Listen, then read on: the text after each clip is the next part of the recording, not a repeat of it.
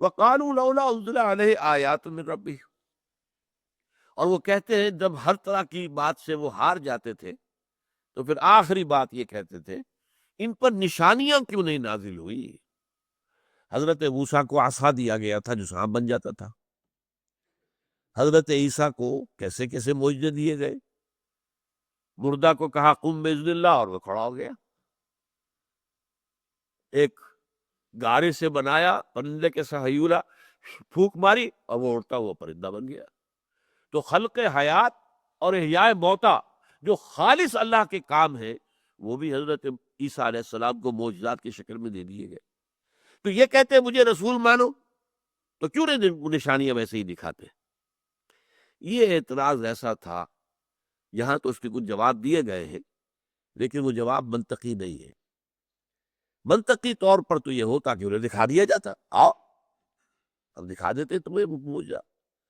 سورہ بنی اسرائیل میں کہا گیا تھا کہ اے محمد ہم تمہیں نہیں مانیں گے جب تک تم اس سرزمین سنگلاخ زمین جو مکے کی ہے اس میں ایک چشمہ نہ بہا دو ہمارے سامنے، جب تک کہ یہاں تمہارے لیے لہلہاتا ہوا ایک باغ جو ہے انگوروں کا اور کھجور کا پیدا نہ ہو جائے، جس کا کہ کوئی امکان نہیں، وادی غیر ذی زرع ہے، یا جب تک تم آسمان پر نہ چڑھو اور وہاں سے ہمیں نظر آئے کہ تم ایک کتاب لے کر اتر رہے ہو، تب ہم مانیں گے کہ ہاں یہ کتاب اللہ کی ہے۔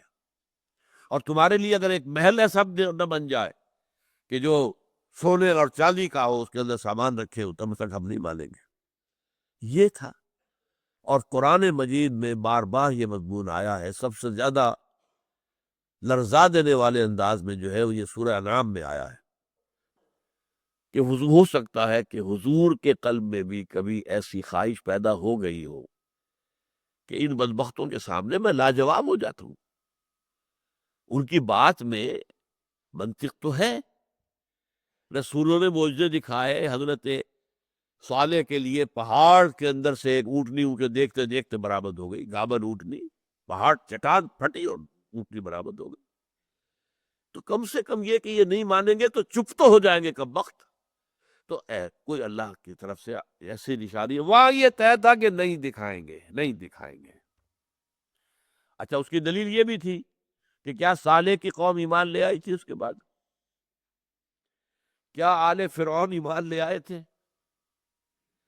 کیا یہودی ایمان لے آئے تھے حضرت عیسیٰ پر اتنے بڑے معجزے دیکھ کر؟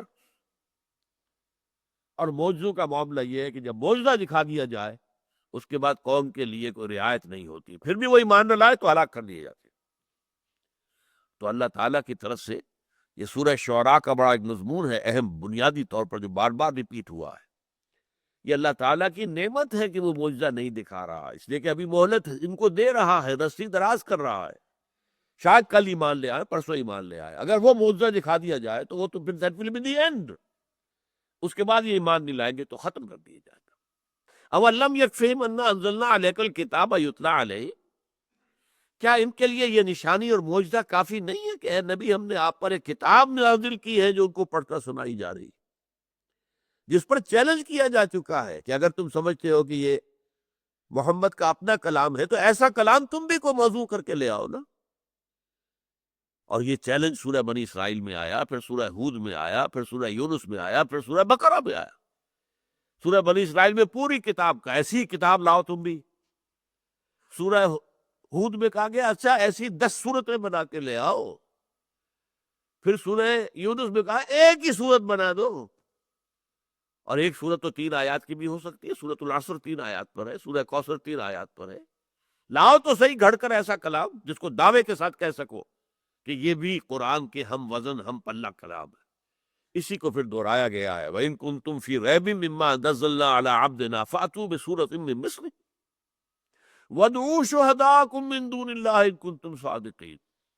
اگر تمہیں کوئی شک ہے اس چیز پر جو ہم نے نازل کی ہے اپنے بندے محمد پر صلی اللہ علیہ وسلم، تو لے آؤ ایک ہی صورت اس جیسی بنا کر، اور بلا لو اپنے سارے مددگار، انسانوں میں سے بھی جنوں میں سے بھی، تمام انسان جمع ہو جائیں، تمہارے خطیب، تمہارے شعراء، تمہارے ادیب سب آ جائیں۔ اور نہ صرف یہ بلکہ ان کا چونکہ خیال یہ تھا کہ شاعر جو ہوتے ہیں ان کے پاس کوئی جن ہوتا ہے جو انہیں یہ تلقین کرتا ہے، ہر شاعر کا ایک جن ہے، تو جنوں کو بھی بلا لو۔ فَإِن كُنتُم فِي رَيْبٍ مِّمَّا نَزَّلْنَا عَلَىٰ عَبْدِنَا فَأْتُوا بِسُورَةٍ مِّن مِّثْلِهِ وَادْعُوا شُهَدَاءَكُم مِّن دُونِ اللَّهِ إِن كُنتُم صَادِقِينَ فَإِن لَّمْ تَفْعَلُوا وَلَن تَفْعَلُوا فَاتَّقُوا النَّارَ الَّتِي وَقُودُهَا النَّاسُ وَالْحِجَارَةُ۔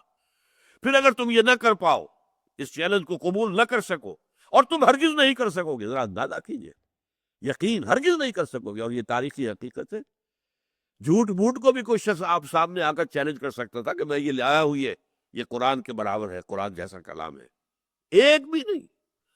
ہسٹوریکلی یہ چیلنج جو ہے کسی نے قبول کیا ہی نہیں، تو اس لیے قرآن کہہ رہا ہے فَإِن لَّمْ تَفْعَلُوا وَلَن تَفْعَلُوا، اور اگر یہ نہ کر سکو اور ہرگز نہیں کر سکو گے، فَاتَّقُوا النَّارَ الَّتِي وَقُودُهَا النَّاسُ وَالْحِجَارَةُ، تو ڈرو اس آگ سے جس کا ایندھن بنیں گے انسان اور پتھر۔